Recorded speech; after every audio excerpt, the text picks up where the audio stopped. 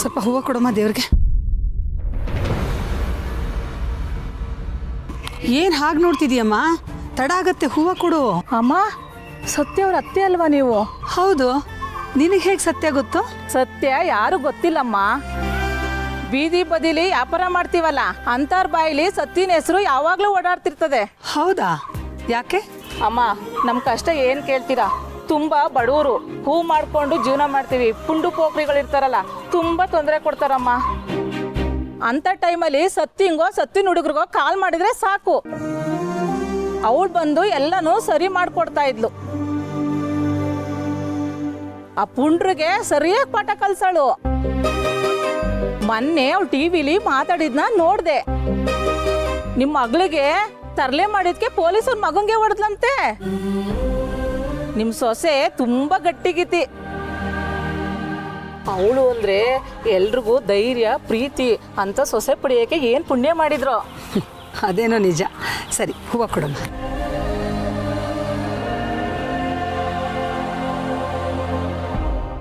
ತಗೊಳ್ಳಿ. ಸತ್ಯ ಅವ್ರ ಅತ್ತೆ ನೀವು, ನಿಮ್ಮ ಹತ್ರ ದುಡ್ಡು ತಗೊಳ್ಳೋದ? ಅಯ್ಯೋ ಪರವಾಗಿಲ್ಲ, ತಗೊಮ್ಮ. ಅಮ್ಮ, ಟಿವಿ ಅವ್ರು ಹೇಳಿದ್ರಲ್ಲ ಆ ಥರ ಸತ್ಯ ಪೊಲೀಸಾರೆ ತುಂಬ ಚೆನ್ನಾಗಿರುತ್ತೆ. ನಮ್ಮಂತ ಎಷ್ಟೊಂದು ಜನರ ಬಾಳು ಹಸನ ಆಗುತ್ತೆ. ಸತ್ಯ ಅವರಂತರಿಂದ ಈ ಸಮಾಜ ಬದಲಾವಣೆ ತರಕ್ಕೆ ಸಾಧ್ಯ.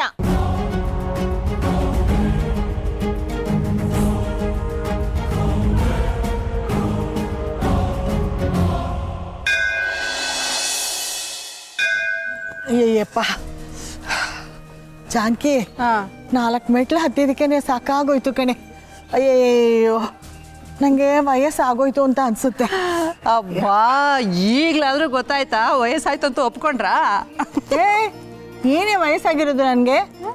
ಎಷ್ಟೊಂದು ಕೆಲಸ ಮಾಡ್ಕೊಡ್ತೀನಿ, ತರಕಾರಿ ಬಿಡಿಸ್ಕೊಡ್ತೀನಿ, ಅದು ಹೆಚ್ಚಿಕೊಡ್ತೀನಿ, ಬಟ್ಟೆ ಮಾಡಿಸ್ಕೊಡ್ತೀನಿ, ಇಷ್ಟೊಂದು ಕೆಲಸ ಮಾಡ್ತೀನಿ. ವಯಸ್ಸಾಗೋಯ್ತು ಅಂತ ಹೇಳ್ತೀಯ? ಅದೆಲ್ಲ ಬಿಟ್ಟಕ್ಕೂ ಸೀತಮ್ಮ ಅರ್ಜೆಂಟಾಗಿ ಮಾತಾಡಬೇಕು, ದೇವಸ್ಥಾನದ ಹತ್ರ ಬನ್ನಿ ಅಂತ ಯಾಕೆ ಹೇಳಿ ಕಳಿಸಿದ್ರು? ಏನೋ ಅತ್ತೆ, ಅವ್ರು ಬರೋಕ್ಕೆ ಹೇಳಿದಾರೆ ಅಂದಮೇಲೆ ಯಾಕೆ ಅಂತ ಕೇಳೋಕ್ಕಾಗತ್ತಾ? ಏನೋ ಸರಿ ಕಣೆ. ಅಲ್ಲ, ಮೊದಲೇ ಸೀತಮ್ಮ ಶಾಸ್ತ್ರ ಸಂಪ್ರದಾಯ ಅಂತ ಎಲ್ಲ ಇರ್ತಾರೆ. ಈ ನಮ್ಮ ಸತ್ಯ ಬೇರೆ ಯಾರಿಗೋ ಚೆನ್ನಾಗಿ ಬಾರಿಸಿದಾಳೆ ಅಂತ ವಿಷಯ ಗೊತ್ತಾಗಿದೆ. ಅದಕ್ಕೇನಾದರೂ ಕೋಪ ಮಾಡಿಕೊಂಡು ನಮ್ಮನ್ನು ಇಲ್ಲಿಗೆ ಬರೋಕ್ಕೆ ಹೇಳಿದ್ರಾ ಅಂತ. ಅತ್ತೆ, ಸೀತಾ ಅವ್ರು ಕರೆದಿದ್ದಾರೆ ಅಂದಿದ್ದಕ್ಕೇ ಆತಂಕ ಆಗ್ತಿದೆ. ಇನ್ನು ನೀವೇನೇನೋ ಹೇಳಿ ಎದುರಿಸ್ಬೇಡಿ. ಅಯ್ಯೋ ಹೋಗ್ಲಿ ಮಾರೈತಿ, ಅವ್ರು ಎಲ್ಲಿದ್ದಾರೆ ಬಂದಿದ್ದಾರಾ ಅಂತ ಒಂದು ಫೋನ್ ಮಾಡಾದ್ರು ಕೇಳು. ಅತ್ತೆ ಅಲ್ಲೇ ಇದ್ದಾರಲ್ಲ, ಬನ್ನಿ ಹೋಗೋಣ.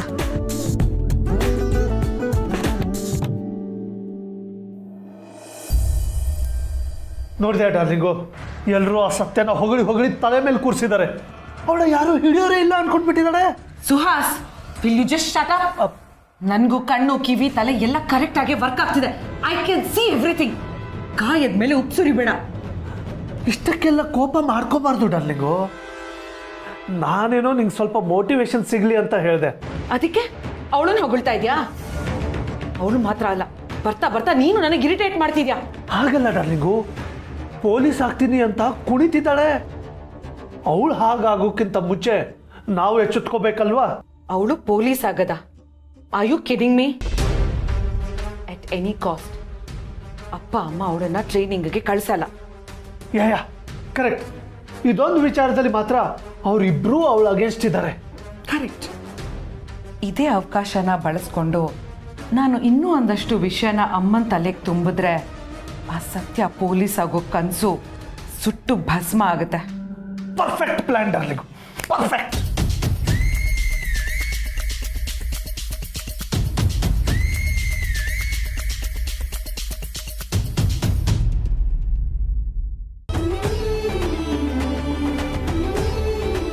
ನಿಮಗೋಸ್ಕರನೇ ಕಾಯ್ತಾ ಇದ್ದೆ. ಹೇಗಿದ್ದೀರಾ ಸೀತಾ ಅವರೇ? ನಾನು ಚೆನ್ನಾಗಿದ್ದೀನಿ. ನೀವು ಹೇಗಿದ್ದೀರಿ ಜಾನಕಿ ಅವರೇ? ಚೆನ್ನಾಗಿದ್ದೀನಿ. ಗಿರ್ಜಮ್ಮ, ನೀವು ಹೇಗಿದ್ದೀರಿ? ಅಯ್ಯೋ ನೋಡಮ್ಮ, ಹೇಗಿದ್ದೀನಿ. ಅದೇನೋ ಮಾತಾಡಬೇಕು ಅಂತ ಹೇಳಿ ಕಳ್ಸಿದ್ರಲ್ಲ, ಏನಮ್ಮ ವಿಷಯ? ನಿಮ್ಮ ಮುಖ ನೋಡಿದ್ರೆ ಏನೋ ದೊಡ್ಡ ವಿಷಯನೇ ಇರಬೇಕು ಅಂತ ಅನ್ನಿಸ್ತಿದೆ.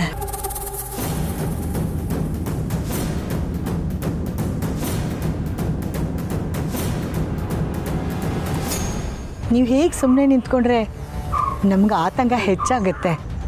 ಅದೇನು ವಿಷಯ ಅಂತ ಹೇಳಿ. ಏನು ಅಂತ ಹೇಳಿ ಗಿರಿಜಮ್ಮನವ್ರೆ, ನಿಮ್ಮ ಮೊಮ್ಮಗಳು ತುಂಬ ಹಠಮಾರಿ. ಪೊಲೀಸ್ ಟ್ರೈನಿಂಗ್ ತಗೊಂಡು ಪರೀಕ್ಷೆ ಬರೆದು ಪೊಲೀಸ್ ಆಗ್ತೀನಿ ಅಂತ ಹೇಳ್ತಿದ್ದಾಳೆ.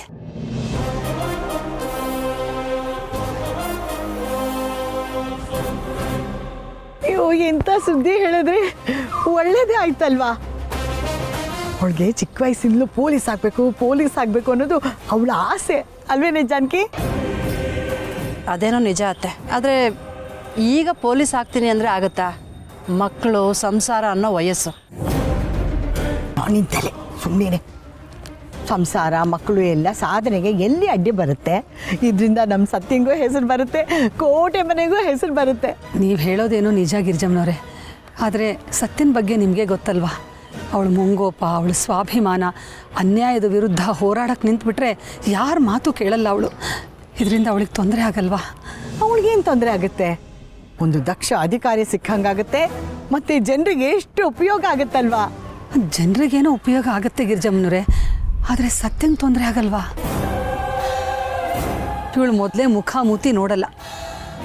ಮೊನ್ನೆ ನೋಡಿದ್ರಲ್ಲ, ಪೊಲೀಸ್ ಮಗನಿಗೆ ಹೊಡೆದ್ಬಿಟ್ಲು. ಮುಂದೇನು ಹಾಗೆ ಆದರೆ ಆ ದೊಡ್ಡ ಮನುಷ್ಯರು ಅನ್ಸ್ಕೊಂಡವರು ಇವಳನ್ನು ಸುಮ್ಮನೆ ಬಿಡ್ತಾರಾ?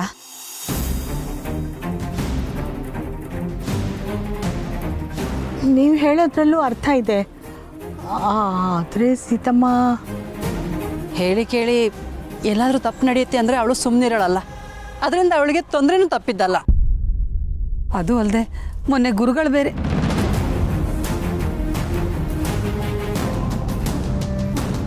ಕೀರ್ತಿಯ ಜೊತೆಗೆ ಕಂಟಕನು ಬಂದೇ ಬರುತ್ತೆ. ನಿಮ್ಮ ಮನೆಯಲ್ಲಿ ಒಂದು ಜೀವ ತೆಗೆದುಕೊಳ್ಳುವಷ್ಟು ತೀವ್ರ ಘಟನೆಗಳಾಗಬಹುದು. ಹಾಗಾಗಿ ನಿಮ್ಮ ಎಚ್ಚರದಲ್ಲಿ ನೀವು ಇರೋದು ಒಳ್ಳೆಯದು.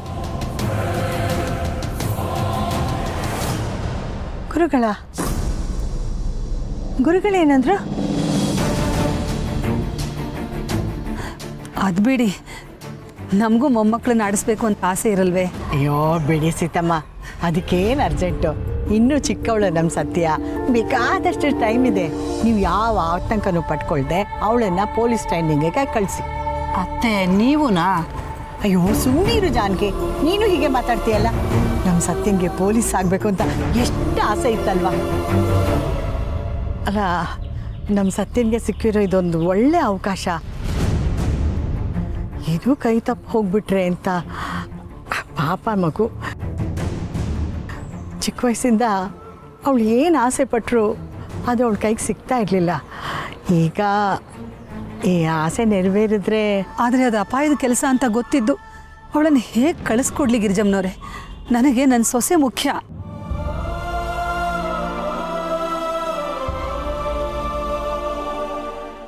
ಅತ್ತೆ, ಸೀತಾ ಅವ್ರು ಹೇಳ್ತಿರೋದು ಸರಿಯಾಗೇ ಇದೆ. ಸತ್ಯ ಪೊಲೀಸ್ ಆಗೋದು ಬೇಡ. ಸೀತಾ ಅವರೇ, ಅತ್ತೆ ಹಾಗೆ ಹೇಳಿದ್ರು ಅಂತ ನೀವು ಬೇಜಾರು ಮಾಡ್ಕೋಬೇಡಿ. ನೀವು ಹೇಳಿದ್ದು ಸರಿಯಾಗೇ ಇದೆ. ನಿಮ್ಮ ಇಷ್ಟದಾಗೆ ಆಗಲಿ. ಬನ್ನಿ, ಪೂಜೆ ಮಾಡಿಸ್ಕೊಂಬರೋಣ.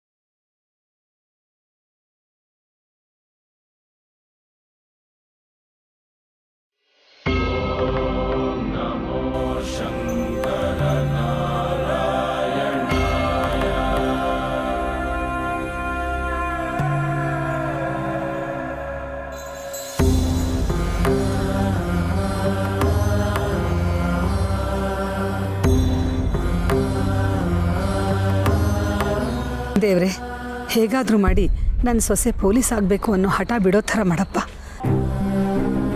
ಅವಳ ಮನೆ ಸೊಸೆಯಾಗಿ ನಮ್ಮ ಸಂಸಾರನ ಕುಟುಂಬನ ಮುನ್ನಡೆಸೋ ದೀಪ ಆಗಬೇಕೇ ಹೊರತು ಯಾವುದೇ ಅಪಾಯಕ್ಕೆ ಸಿಕ್ಕಾಕೋಬಾರ್ದು. ದಯವಿಟ್ಟು ಅವಳ ನಿರ್ಧಾರನ ಬದಲಾಯಿಸೋ ಥರ ಮಾಡಪ್ಪ. ದೇವ್ರೇ, ನನ್ನ ಮೊಮ್ಮಗಳ ಆಸೆ ನೆರವೇರಿಸ್ಬಿಡಪ್ಪ. ಅವಳು ಸಮಾಜ ಕಾಯೋ ನಿಷ್ಠಾವಂತ ಅಧಿಕಾರಿ ಆಗಬೇಕು. ಅದನ್ನು ನಾನು ನೋಡಬೇಕು. ದಯವಿಟ್ಟು ಅವಳ ಆಸೆ ನೆರವೇರಿಸಪ್ಪ. ಒಂದು ಮನೆಗೆ ಸೊಸೆಯಾಗಿ ಹೋದ್ಮೇಲೆ ಆ ಮನೆ ರೀತಿ ನೀತಿಗಳಿಗೆ ಹೊಂದ್ಕೊಂಡು ಹೋಗಬೇಕು. ಒಳ್ಳೆ ಸೊಸೆ ಅನ್ನಿಸ್ಕೋಬೇಕು. ಹೋದ ಮನೆಗೆ ಕೀರ್ತಿ ತರಬೇಕು. ಸೀತವ್ರು ಹೇಳಿದ ಮೇಲೂ ಹಠ ಮಾಡ್ತಿದ್ದಾಳೆ ಅಂದರೆ ಏನು ಅರ್ಥ?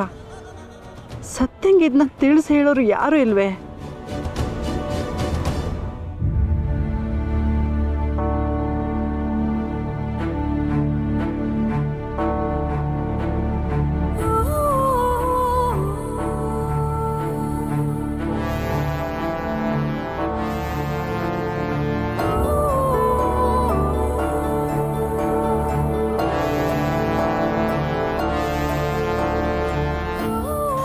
ಏನು ಭಾರಿ ಅಪರೂಪ ಆಗ್ಬಿಟ್ರಿ, ಈ ಕಡೆ ಬಂದೇ ಇಲ್ಲ.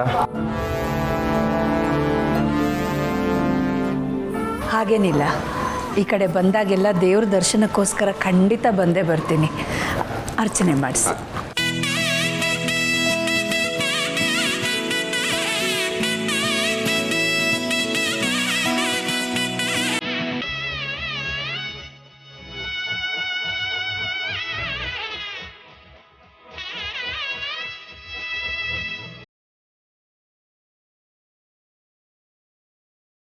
ಬರ್ತೀನಿ. ಗಿರಿಜಮ್ಮ, ಜಾನಕಿವ್ರೆ, ನಡೀರಿ. ಅಖಿಲಾಂಡೇಶ್ವರಿ ಅವರೇ. ಓ, ಕೋಟೆ ಮನೆ ಸೀತಮ್ಮನವರು ಹೇಗಿದ್ದೀರಾ? ನಾನು ಚೆನ್ನಾಗಿದ್ದೀನಿ, ನೀವು ಹೇಗಿದ್ದೀರಿ? ನಾನು ಚೆನ್ನಾಗಿದ್ದೀನಿ. ಬಹಳ ದಿನಗಳ ಮೇಲೆ ಭಗವಂತನ ಸನ್ನಿಧಾನದಲ್ಲಿ ಭೇಟಿಯಾಗೋದಾಗಾಯಿತು ನೋಡಿ. ನಿಮ್ಮ ಮಾತು ನಿಜ. ಭಗವಂತನ ಸನ್ನಿಧಾನ ಇರೋದೇ ಎಲ್ಲರನ್ನೂ ಒಟ್ಟು ಮಾಡೋದಕ್ಕಲ್ವೇ? ಹೌದು. ಇವರು ನನ್ನ ಸೊಸೆ ಸತ್ಯ ಇದ್ದಾಳಲ್ಲ, ಅವ್ರ ಅಜ್ಜಿ ಮತ್ತು ಅವರ ಅಮ್ಮ. ನಮಸ್ಕಾರಮ್ಮ. ನಮಸ್ಕಾರ. ನಿಮ್ಮ ನೋಡಿದ್ದು ತುಂಬ ಸಂತೋಷ ಆಯಿತು. ನಿಮ್ಮ ಬಗ್ಗೆ ಕೇಳಿದ್ವಿ, ಆದರೆ ನಿಮ್ಮನ್ನು ಭೇಟಿಯಾಗುವಂಥ ಅವಕಾಶ ನಮಗೆ ಸಿಕ್ಕಿರಲಿಲ್ಲ. ಇವತ್ತು ಇಲ್ಲಿ ಭೇಟಿಯಾದದ್ದು ತುಂಬ ಸಂತೋಷ ಅಮ್ಮ. ನನಗೂ ನಿಮ್ಮನ್ನೆಲ್ಲ ನೋಡಿ ತುಂಬ ಸಂತೋಷ ಆಯಿತು. ಬೀಗರೆಲ್ಲ ಒಟ್ಟಿಗೆ ಸೇರಿಕೊಂಡು ದೇವಸ್ಥಾನಕ್ಕೆ ಬಂದಿದ್ದೀರಾ? ಇದು ತುಂಬ ಅಪರೂಪ, ಅಲ್ಲದೆ ತುಂಬ ಮುಖ್ಯ ಕೂಡ. ತುಂಬ ಮುಖ್ಯವಾದ ವಿಚಾರನ ಮಾತಾಡಬೇಕಾಗಿತ್ತು ಅಖಿಲ ಅವರೇ. ಅದಕ್ಕೆ ಬೀಗರ ಒಪ್ಪಿಗೆನೂ ಬೇಕಾಗಿತ್ತು. ನಾನು ಕರೆದಾಗ ಯಾವತ್ತೂ ಇಲ್ಲ ಅಂದೇ ಬಂದುಬಿಡ್ತಾರೆ ಅವರು. ತುಂಬ ದೊಡ್ಡ ಮನಸ್ಸು. ಅಲ್ಲ, ಏನೋ ವಿಷಯ ಮಾತಾಡೋದಕ್ಕೆ ಮನೆಗೆ ಕರೆಸ್ತೇನೆ, ದೇವಸ್ಥಾನಕ್ಕೆ ಇವರನ್ನು ಕರೆಸಿದ್ದೀರಾ ಅಂತಂದರೆ ವಿಷಯ ತುಂಬ ಗಂಭೀರವಾದ್ದೇ ಇರಬೇಕಲ್ವಾ? ಹೌದು ಅಖಿಲಾಂಡೇಶ್ವರಿ ಅವರೇ. ಹಾಗಾದರೆ ನೀವು ಮುಂದುವರಿಸಿ, ನಾನು ಹೊರಡ್ತೀನಿ. ಅಯ್ಯೋ, ಇಲ್ಲ, ನೀವು ಇರಬೇಕು, ನೀವಿರಿ.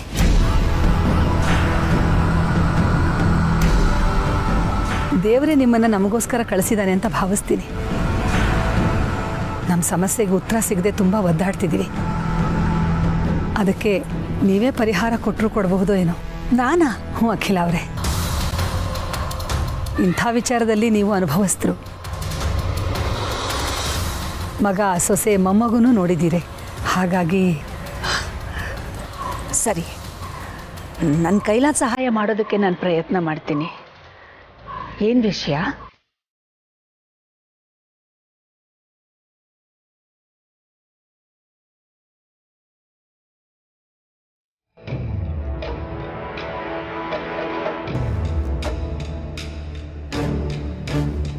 ನಾನು ಏನೂ ಆರ್ಡರ್ ಮಾಡಿಲ್ಲ.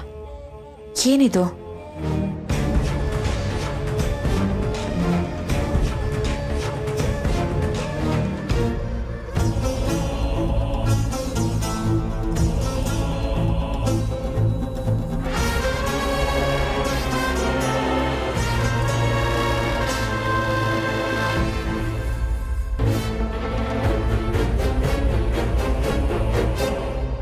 ಹಲೋ. ಹಲೋ ಬೇಬಿ, ವ್ಯಾಲೆಂಟೈನ್ಸ್ ಡೇದು ಗಿಫ್ಟ್ ಬಂತಾ? ನೀನು ಕಳಿಸಿದ್ದ? ನಾನೆಲ್ಲೋ ಮರ್ತ್ಬಿಟ್ಟಿದ್ಯಾ ಅಂದ್ಕೊಂಡೆ. ವ್ಯಾಲೆಂಟೈನ್ಸ್ ಡೇ ದಿನ ತುಂಬ ವರ್ಕ್ ಇತ್ತು ದಿವ್ಯಾ, ಹಾಗಂತ ನೀನು ಮರೆಯೋಕ್ಕಾಗತ್ತಾ? Thank you so much. ನೀನೇ ಬಂದು ಕೊಟ್ಟಿದ್ದಿದ್ರೆ ಅಥವಾ ಎಲ್ಲಾದರೂ ಹೊರಗಡೆ ಹೋಗಿದ್ದಿದ್ರು ಚೆನ್ನಾಗಿರ್ತಿತ್ತು. ಈ ರಿಂಗ್ನ ನೀನೇ ಹಾಕಿದಿದ್ರೆ ಇನ್ನೂ ಚೆನ್ನಾಗಿರ್ತಿತ್ತು. ಆ ದಿನನೂ ಆದಷ್ಟು ಬೇಗನೆ ಬರುತ್ತೆ, don't worry baby. By the way, ಇದು ಗೋಲ್ಡ್ ರಿಂಗಾ? ಅಫ್ಕೋರ್ಸ್ ಬೇಬಿ, ನಿನಗೆ ನಾನು ಯಾವ್ದ್ಯಾವುದೋ ಗಿಫ್ಟ್ ಕಳ್ಸೋಕ್ಕಾಗತ್ತಾ? ವಾವ್, ಇದರಲ್ಲೇ ಗೊತ್ತಾಗುತ್ತೆ ನಿನಗೆ ನನ್ನ ಮೇಲೆ ಎಷ್ಟು ಪ್ರೀತಿ ಇದೆ ಅಂತ. Thank you thank you thank you so much. ಪರವಾಗಿಲ್ಲ ಬೇಬಿ, ನಿನಗಿಂತ ನನಗೆ ಯಾವುದು ವ್ಯಾಲ್ಯೂಬಲ್ ಗಿಫ್ಟ್ ಇಲ್ಲ. ನೀನು ಖುಷಿಯಾಗಿದೆಯಲ್ಲ, ಅದು ಸಾಕು. ನಿಜವಾಗ್ಲೂನಾ? ಅಫ್ಕೋರ್ಸ್ ಬೇಬಿ, ನಿನ್ನನ್ನು ಹೇಗೆ ಟ್ರ್ಯಾಕಲ್ಲಿ ಇಟ್ಕೋಬೇಕು ಅಂತ ನನಗೆ ಚೆನ್ನಾಗಿ ಗೊತ್ತಿದೆ ದಿವ್ಯಾ.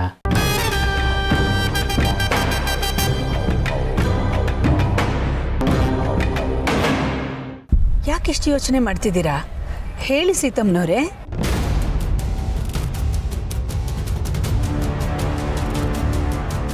ಅದು ನೀವು ಇದನ್ನು ಹೇಗೆ ತಗೋತೀರೋ ನನಗೆ ಗೊತ್ತಿಲ್ಲ ಅಖಿಲ ಅವರೇ.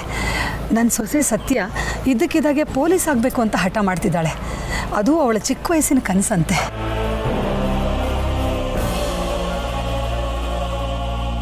ಆದರೆ ಈಗ ಮದುವೆ ಆಗಿ ಸಂಸಾರ ಮಾಡೋ ಸಮಯದಲ್ಲಿ ಹಠ ಹಿಡ್ಕೊಂಡು ಕೂತಿದ್ದಾಳೆ. ಪೊಲೀಸ್ ಆಗ್ತಾಳಂತ? ಅದಕ್ಕೆ ಬೇಕಾದ ಪರೀಕ್ಷೆಗಳನ್ನೆಲ್ಲ ಬರೆದಿದ್ದಾಳ? ಪಾಸ್ ಆಗಿದ್ದಾಳ? ಓ, ಎಲ್ಲ ಪರೀಕ್ಷೆಯಲ್ಲೂ ಪಾಸಾಗಿದ್ದಾಳೆ. ಅವಳು ಅಂದ್ಕೊಂಡಿದ್ದನ್ನು ಸಾಧಿಸೋವರೆಗೂ ಬಿಡೋದೇ ಇಲ್ಲ. ಮತ್ತೆ ಟ್ರೈನಿಂಗಿಗೂ ಹೋಗ್ತಾ ಇದ್ದಾಳೆ. ಆದರೆ ನನಗೆ ತುಂಬ ಗಾಬರಿ ಆಗ್ತಿದೆ. ನಮ್ಮನೆ ಹೆಣ್ಮಗುನ ಇಂಥ ರಿಸ್ಕ್ ಇರೋ ಕೆಲಸಕ್ಕೆ ಹೇಗೆ ಕಳಿಸ್ಲಿ ಹೇಳಿ?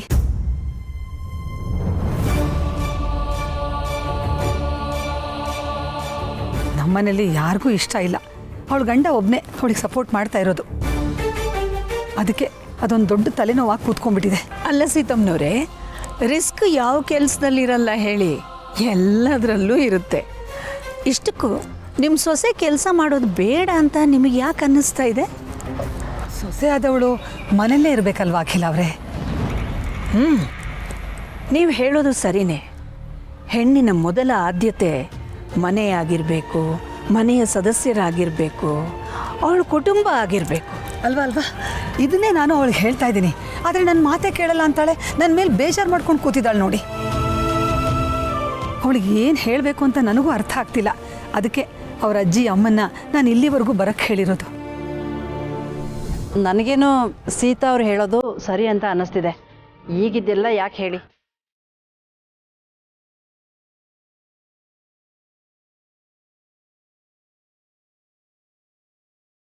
ಅದು ಅಲ್ಲದೆ ನಮ್ಮದು ಕೂಡು ಕುಟುಂಬ. ನಿಮಗೆ ಗೊತ್ತು, ಹಿರಿ ಸೊಸೆ ಹೀಗೆಲ್ಲ ನಿರ್ಧಾರ ತಗೊಂಡ್ರೆ ಎಷ್ಟು ಕಷ್ಟ ಆಗತ್ತೆ ಅಂತ. ಹಾಂ, ಕೂಡು ಕುಟುಂಬದಲ್ಲಿರುವಾಗ ಈ ಕೆಲಸ ಮಾಡೋದು ಕಷ್ಟನೇ. ಅದು ಅಲ್ಲದೆ ಪೊಲೀಸ್ ಕೆಲಸಕ್ಕೆ ಅಂತ ಹೊರಟು ಬಿಟ್ರೆ ವೈಯಕ್ತಿಕ ಜೀವನಕ್ಕೆ ಅಂತ ಸಮಯನೇ ಕೊಡೋಕ್ಕಾಗಲ್ಲ. ಅಷ್ಟಲ್ಲದೆ ಇಂಥ ಕೆಲಸದಲ್ಲಿ ದಕ್ಷ ಅಧಿಕಾರಿಗಳಿಗೆ ಬೇಕಾದಷ್ಟು ಕಷ್ಟ ಇರುತ್ತೆ ಅಂತ ನಿಮಗೂ ಗೊತ್ತು.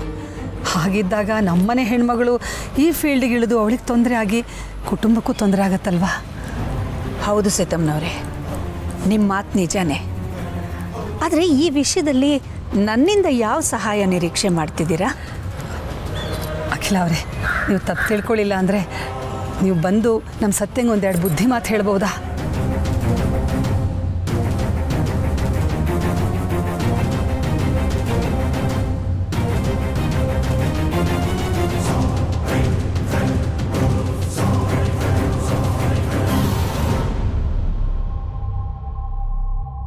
ನಮ್ಮ ಸತ್ಯ ದೊಡ್ಡವ್ರ ಮಾತನ್ನು ಯಾವತ್ತೂ ತೆಗೆದು ಹಾಕ್ದವಳಲ್ಲ. ಇಷ್ಟೊಂದು ಹಠ ಮಾಡ್ತಿದ್ದಾಳೆ ಅಂದರೆ ಅವಳು ಪೊಲೀಸ್ ಆಗಬೇಕು ಅನ್ನೋದು ಅವಳ ಮನಸ್ಸಲ್ಲಿ ಆಳವಾಗಿ ಬೇರೆ ಬಿಟ್ಟಿದೆ ಅಂತ ಅನಿಸುತ್ತೆ. ನಿಮ್ಮ ಬಗ್ಗೆ ಅವಳ ಬಾಯಲ್ಲಿ ತುಂಬ ಸಾರಿ ಕೇಳಿದ್ದೀವಿ. ನೀವು ಅಂದರೆ ಅವಳಿಗೆ ತುಂಬ ಗೌರವ. ನೀವು ಹೇಳಿದರೆ ಕೇಳ್ತಾಳೇನೋ. ದಯವಿಟ್ಟು ಇದೊಂದು ಉಪಕಾರ ಮಾಡಿಕೊಡಿ ಅಖಿಲ ಅವರೇ. ಸರಿ ಆಯಿತು, ನಾನು ಅವಳಿಗೆ ಹೇಳ್ತೀನಿ. ಈಗಲೇ ಬರ್ತೀರಾ ನನ್ನ ಜೊತೆ? ಹಾಂ, ಈಗ ಇನ್ನೊಂದು ಗಂಟೆ ಟೈಮ್ ಇದೆ. ಅಷ್ಟರಲ್ಲಿ ಬಂದು ಹೋಗು ಅಂತಂದರೆ ಬರ್ತೀನಿ. ಸರಿ ಸರಿ, ಹಾಗೆ ಆಗಲಿ, ಬನ್ನಿ. ಜಾನಕಿ ಅವರೇ, ಗಿರಿಜಮ್ಮ ಬನ್ನಿ, ನೀವು ನಡೀರಿ, ಬನ್ನಿ. ಸೀತಮ್ಮ ಹಾಗೆ ಮಾತಾಡ್ತಾ ಇದ್ದಾರೆ ಅಂದರೆ ನೀನು ಅವರೊಟ್ಟಿಗೆ ಸೇರ್ಕೊಂಡ್ಬಿಟ್ಯಾ? ಒಬ್ಬ ತಾಯಿಯಾಗಿ ಮಗಳ ಕನಸನ್ನು ಕೊಲ್ಲೋಕ್ಕೆ ನಿನ್ಗೆ ಹೇಗೆ ಮನಸ್ಸು ಬರುತ್ತೆ? ಅತ್ತೆ, ಸತ್ಯ ಸಾಧನೆ ಮಾಡಬೇಕು ಅನ್ನೋದು ನನ್ನ ಆಸೆ ಕೂಡ. ಆದರೆ ಸಂಸಾರಕ್ಕಿಂತ ಸಾಧನೆ ದೊಡ್ಡದಲ್ಲ ಅಲ್ವಾ? ಸೀತಾ ಅವ್ರು ಒಪ್ಕೊಂಡಿದ್ರೆ ನಂದೇನು ತಕರಾರು ಇರ್ತಿರ್ಲಿಲ್ಲ. ಈಗ ಸತ್ಯಂಗೆ ನಾವು ಸಪೋರ್ಟ್ ಮಾಡಿದ್ರೆ ಸೀತಾ ಅವ್ರ ವಿರುದ್ಧ ಇದ್ದಂಗೆ ಆಗಲ್ವಾ? ಏನಮ್ಮ, ನಿನ್ನ ಲೆಕ್ಕಾಚಾರನೇ ನಂಗೆ ಅರ್ಥ ಆಗಲ್ಲ. ನಡಿ